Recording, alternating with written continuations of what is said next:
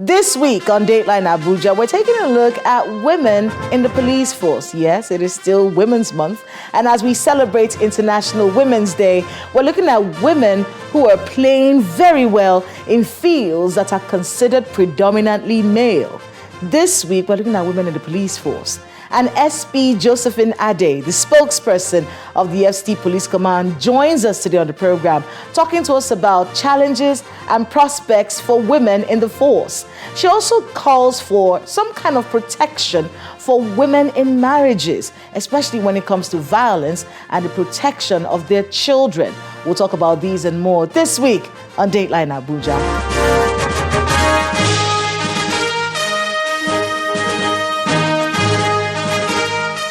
Hello and welcome to Dateline Abuja. I am Kayla Megwa. Let's start off with some of the major stories this week from Nigeria's presidency in our Abuja wrap.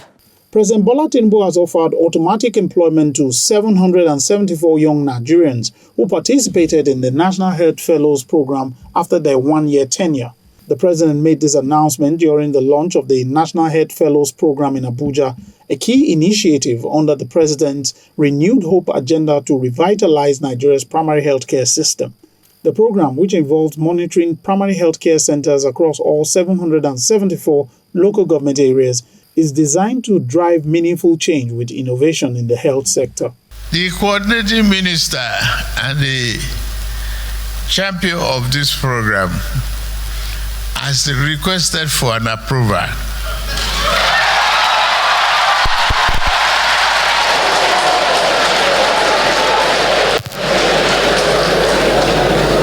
And luckily, the Minister of Finance coordinating economy is here also.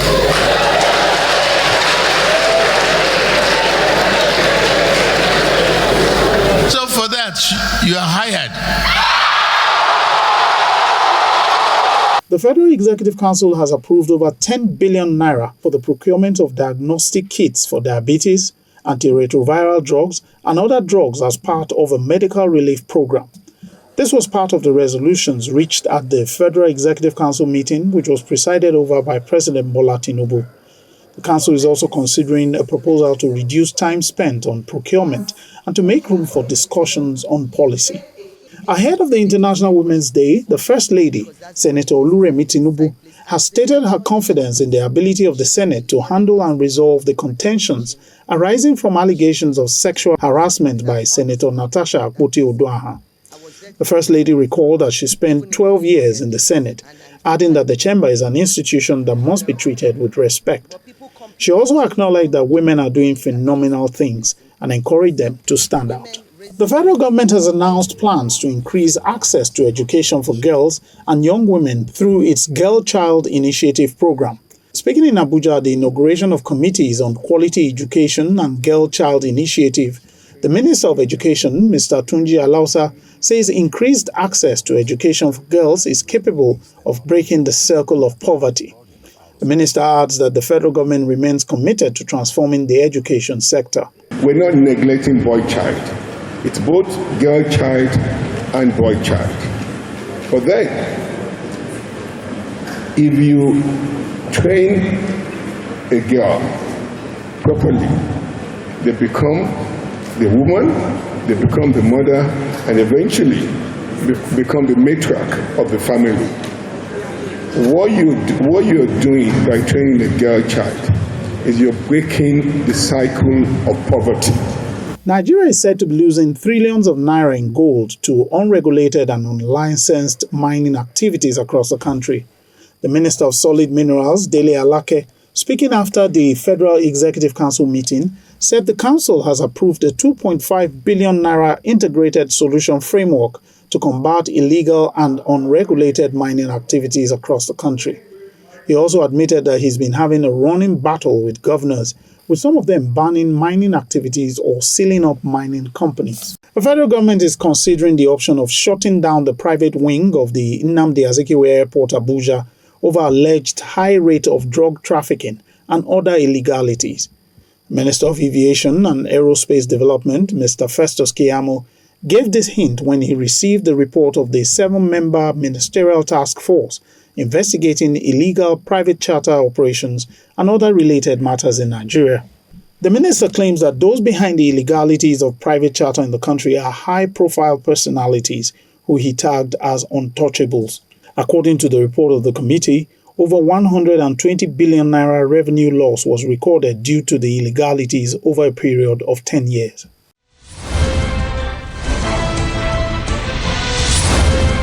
Welcome back.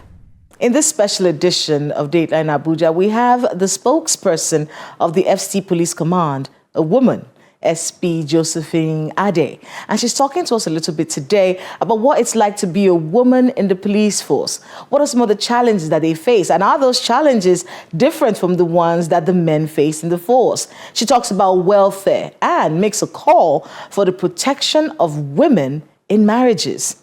Please watch this.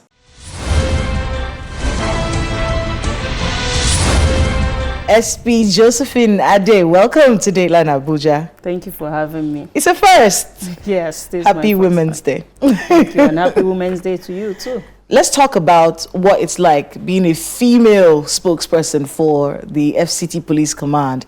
I follow you. So I know that you trend online quite a lot. You get a lot of kudos, but you also get a lot of criticism. Yeah, you do get a lot of kudos, because at least from someone who understands the work that you guys do at the FCT Police Command, the communication bit has improved quite a lot.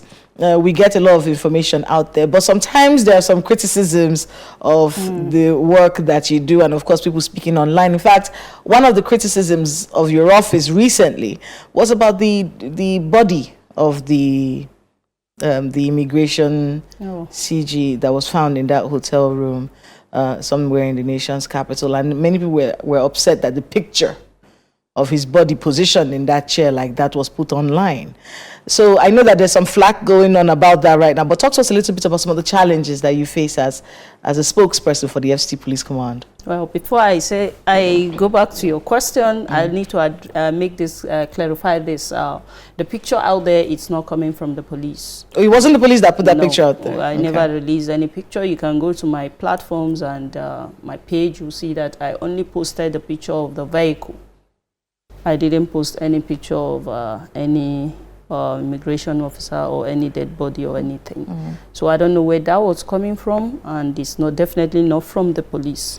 At the time when, since we're talking about it, at the time when his body was found and the police got in there, were there other people? Is it possible that the picture came out from other people who were there apart from the police? Because, you know, just to be clear, was it just the police force that were inside that room? The DPO was called that there is a body in the hotel. The Durumi DPO? Yes, and he came in, and pictures were taken. A lot of the necessary things were done before moving the body to the hospital, where the doctor confirmed him dead. But before we came, just as you said, other people were there. Okay. People who discovered him dead were those who called the police as well. Somebody came to the station to report to the police. So they must have tampered with the crime scene before we got there. But the pictures, we never displayed any picture out there. How is the investigation going? It's still ongoing. Because the last communication we heard from your office was that you're looking for some individual. Yes, exactly. We are investigating that incident, and definitely we have to unravel the cause of death and the mystery surrounding it. And there was a guest with him, and after the guest left, according to the hotel attendants, that no one went in and he never came down. So we are investigating it. State CID is working on it. I want to be able to talk about the domestic violence desk. Yes. It was a conversation that we had. At least I'm trying to get an update from you. The request at the time was that there must be a domestic violence desk. We have. At every single police station in the FCT. Of course we do. We have that. Yes, we have. And we've trained some of those officers who are manning those decks. There's a lot of training that went on, and even the government were also they supported us by training all the gender decks officers. They are mostly female, because though it's always female that really have the time to go deep, listen to all that, and those officers were trained, and they're really doing a good job. Sometimes, if I have any issue, some people come to me, women come to me with violent and abuse cases, and I don't even know how to handle it. I have to call them. So when they come up and meet me up and they feel comfortable talking to me, I have to listen to them and provide an immediate solution. So I do call the gender desk officers because they are experts in all those cases to advise on what to do. There are more people coming forward now? Yes, more women are coming forward, probably because I've been talking about it. I see some women, some women even travel from the north to come see me and talk to me. From parts of the north? Yes, from parts of the north, and they are coming with assault and abuse cases. How is the prosecution of these cases going? Well, because it's the police that yes, we are. They are prosecuting, and we are also working with the social welfare. And there are some offices where we refile some of these cases for onward prosecutions. It does seem like quite a lot of work, because it's not you're dealing with economic sabotage people that you're charging. Now you're also dealing with insecurity.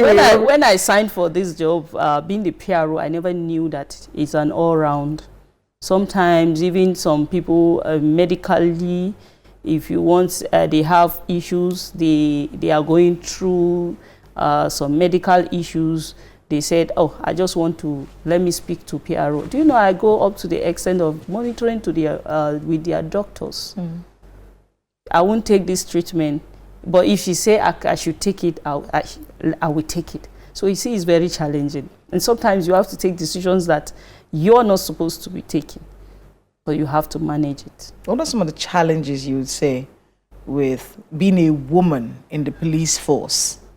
Is a lot of challenge. Like when we joined the police, there were a lot of positions where a woman police cannot get to.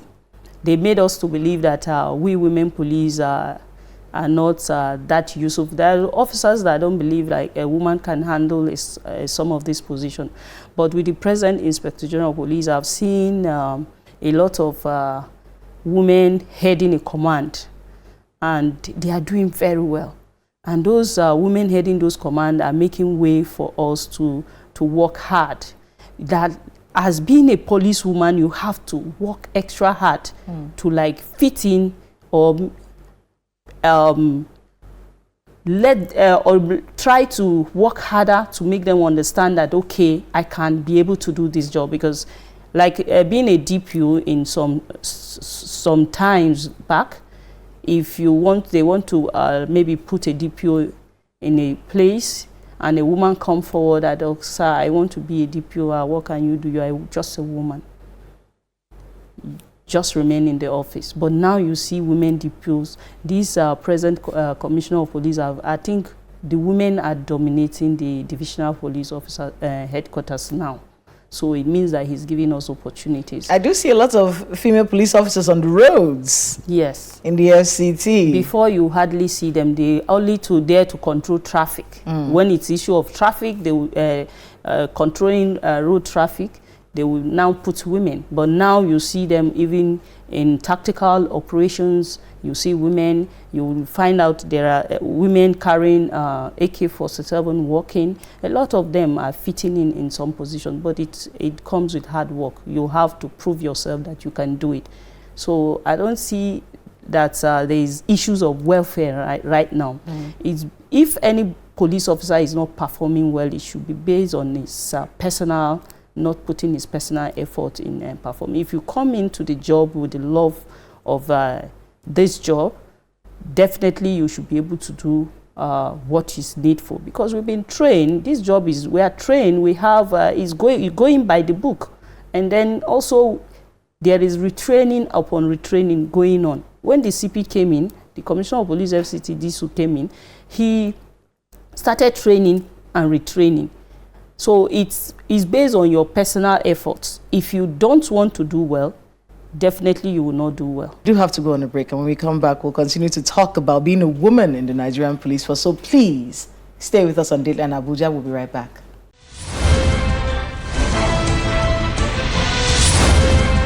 Welcome back to Dateline Abuja. We have with us SP Josephine Ade, the spokesperson of the FC Police Command this International Women's Day. Thank you very much for being with us on the program. Thank you for having me. So let's talk about International Women's Day 2025.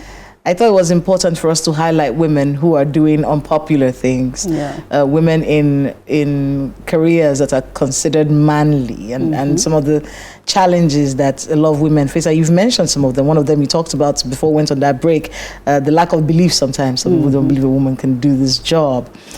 Are there other challenges, and are there policies that you wish could be changed that could make the work of women in the police force easier? Well, the policies are changing. Already I mentioned that the Inspector General of Police has given us way. You know, in being a police officer, you dream and wish of one day being a CP, heading a command, and then you see women trying to be one day. Of course, I see some of my people from the media saying that our potential IG is the dream of everybody to grow. So, but we women, we don't ever see ourselves being in that position. But now, if we are having females that are heading commands and they're competing with men, even doing better than the men, then hopefully one day we'll get to that. So that is one of the policy that as the Inspector General of Police have implemented, is making way for us, the younger ones to align with. I mean, you said you were saying earlier that there weren't a lot of welfare issues, and this is basically it's a calling. Yeah, to be a police officer is a calling, and it's something that you have to give your best to do. But would it be better? Would it be more beneficial as a woman if you get more pay, if you get accommodation, if the police barracks are available for you, if you have the equipment that you need to be able to do the job? Are there other things policy wise that maybe they can improve on? They are. Like I was saying, I was still saying something. They are improving. The Inspector General of Police is really doing much for us. Even the barracks accommodation, he has changed it, and he's building more barracks for us, and a very standard one as well. You see the barracks are very soon. The one in Abuja will be launched, and but there is none right now. There is. Oh, there is. Where? There is. We have barracks, and is upgrading what we have on ground. Okay. And what he has, some of them that have been completed, a couple have been completed in Kuje, one of our barracks in Kuje has been completed. When I saw it, I was like, wow, is it a building for the senior officers? And then you find out that it's for junior officers. So some of them have started occupying it, but it has not been launched yet, but they have started issuing it. So the one in Kuje, how many are there in the FCC? The one in Kuje is the first it's the first by this IG, yes. But the other ones. Let me talk about this IG. I'm talking about what I'm seeing. Yeah.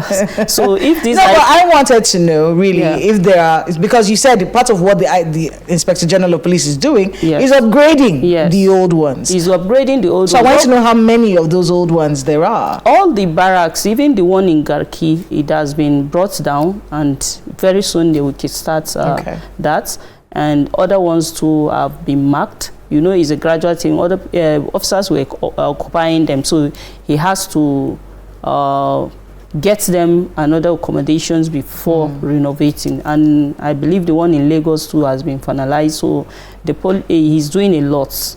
And if we have all those things, why can't you deliver? Yeah. And like I brought you back to when I joined the police, the salary was not that much, but we were performing well. So welfare shouldn't be a problem. And the Inspector General of Police is also working hard to ensure that we are being taken good care of, that whatever it is that is our challenge from the welfare, it's covered. A few minutes before we wrap up, you deal with a lot of women issues in the police force.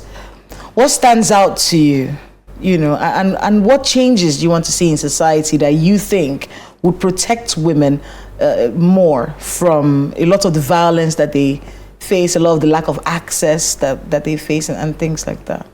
Well, me personally, from what I've seen, I feel like there should be a law that we guide and protect women more in this country. Because what kind of law? A law that will protect even from like if you see in other countries, there are some certain behaviors of men that is not allowed, but here in Nigeria, even if you want to sue a man, they will say, come on, he's the father of your children, he's a husband, he's this, he's that, you're a woman, don't do that. So if there is a standard law that will guide, maybe a kind of divorce law that will guide and protect women and children more, I think I'll be happy, because when I say it, men attack me and say that even the women are victim, men are also victim of what I'm talking about, but we seem to see, get more of women being victims. I think for a call like this to be made means that I think some things are presenting. Yes. That shows that, look, we need more protection for women in marriages in Nigeria. For children. And I think, do you find this happening more in urban centers or in rural communities? Because I want to be able to understand this. It's not urban or rural, it's a general across thing. board. Yes, it's a general thing. So both educated women and uneducated women. You will find out that most educated women are even suffering the more, and they can't say anything. Wow. It's a troubling one. Yes. And it's one that we've had to deal with. I mean, that was the reason why we said the gender-based violence. No, some men too suffer the same. Yes. But if there's a law that guides, or there's a existing law that comes that will balance the boats, so you know that if it's your fault, you are losing this, is that person's fault, this person is losing this. I think if there's a strong law that we hold up and protect the children and both partners, it will go a long way. Maybe it will reduce all this. Before you get into marriage, you start thinking, the law says this. You put all those things in consideration, so maybe your mindset will be different. I understand people say nobody goes into marriage with the intention of coming out, but definitely going into in a marriage, you know that there's a whole lot that will come out of it. Some people whose marriage are working with you is not even easy. So there's a whole problem with this marriage thing. Something should be done. Thank you so much. SP Josephine Ade, I know you do quite a lot of work, and we are rubbing your back. Thank you very much. We know that you go through quite a bit when it comes to backlash and people criticizing, but that's why you're here. Thank you very much. Thank you so much for being with us. Happy International Women's Day, and good luck with all the work you have ahead of you. Thank you so much.